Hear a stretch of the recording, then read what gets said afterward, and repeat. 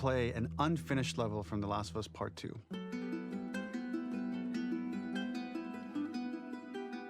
The reason we added this section is there are a few sequences, and we picked the 3 of the best ones, that we cut from the game.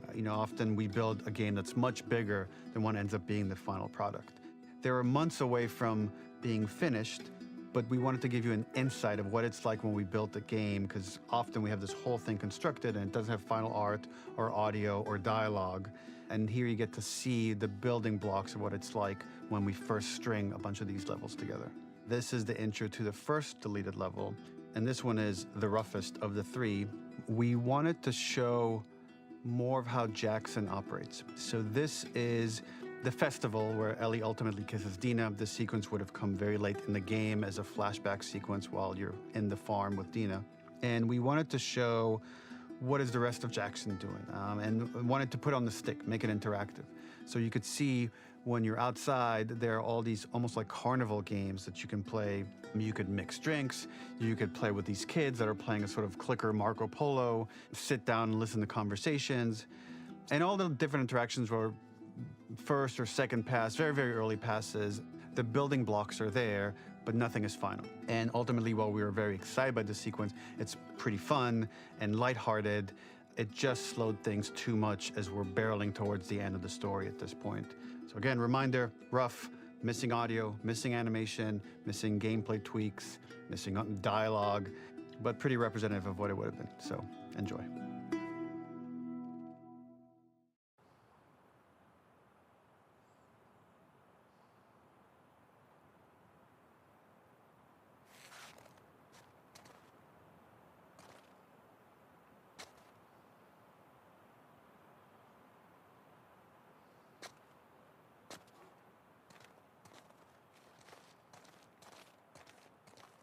Originally, this level was going to transition us to farm.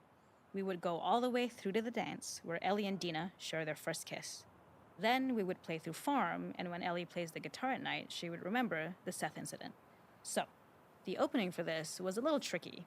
We needed it to match at least a little what you might expect emotionally coming from prior beats, because we were already purposefully disorienting you in time and space. Remember, you just came from this huge fight. To jump straight into it would have been a little too jarring. After some back and forth, we rooted it in Ellie's nerves, calling back to her hands shaking in the theater. But this time, for a much more innocuous reason we'll find out later. She's nervous because she has a crush on Dina, who is the only reason why she's here at the dance.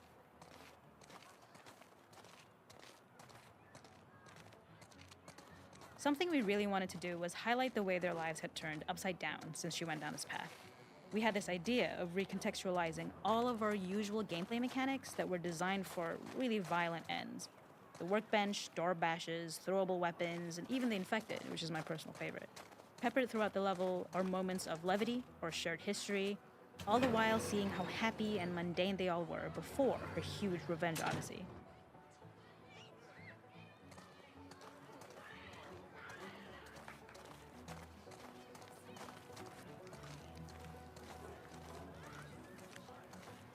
We use our workbench a lot to make a lot of things that kill and maim and hurt people. Here, we had the silly idea of using the same feel, harkening back to the same animations, using the exact same UI to instead fix a drink. Like the workbench, you could pick your base, and then you could add something to it. And at the time, we had some different reactions from Ellie based on how strong you chose to make the drink. Something we wanted to prototype, though, before it got cut, was picking up some ingredients around to add, like a lime or maybe a bottle of someone's favorite whiskey or salt. Like you were earning upgrades.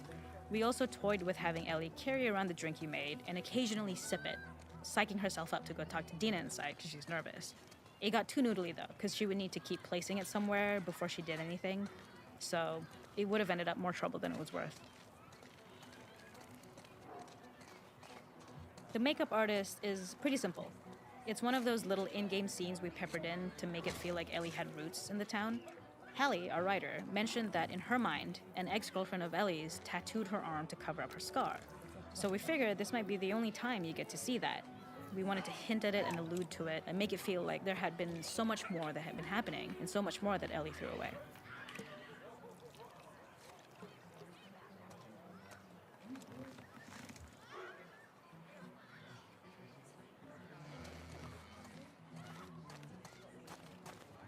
It is not a festival without one of these throwing games.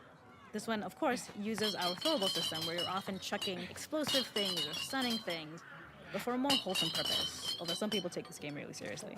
A fun aspect of this is if you did well, you could win a toy here. Ellie would place it in her pocket. If you had done this, you'd find the toy with JJ, the baby, later back at the farm. When we cut this, the toy made it through anyway because it was so cute. It is the same one you see on the tractor at the farm. Ollie the elephant. This is one of my favorite sections because I think that it achieves both the slice of life aspect of Jackson while also being a stark reminder of how dark the world that they live in really, really is. To attract attention and curiosity, one of the kids was supposed to make this adorable, messed up little clicker impression, and the others would giggle. We tried a version where if you got close enough, the kid might try and follow you a little before turning back.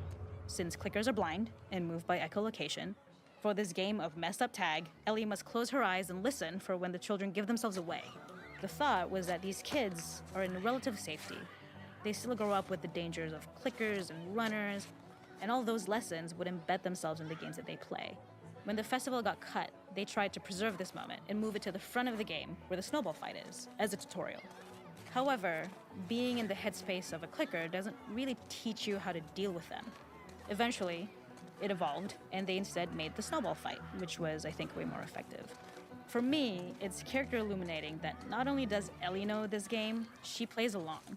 There's a familiarity with the kids that's really nice to see, especially because it's such a difference from the Ellie we see later, who has a sort of hollow normalcy that she's trying to get with JJ, but kind of fails.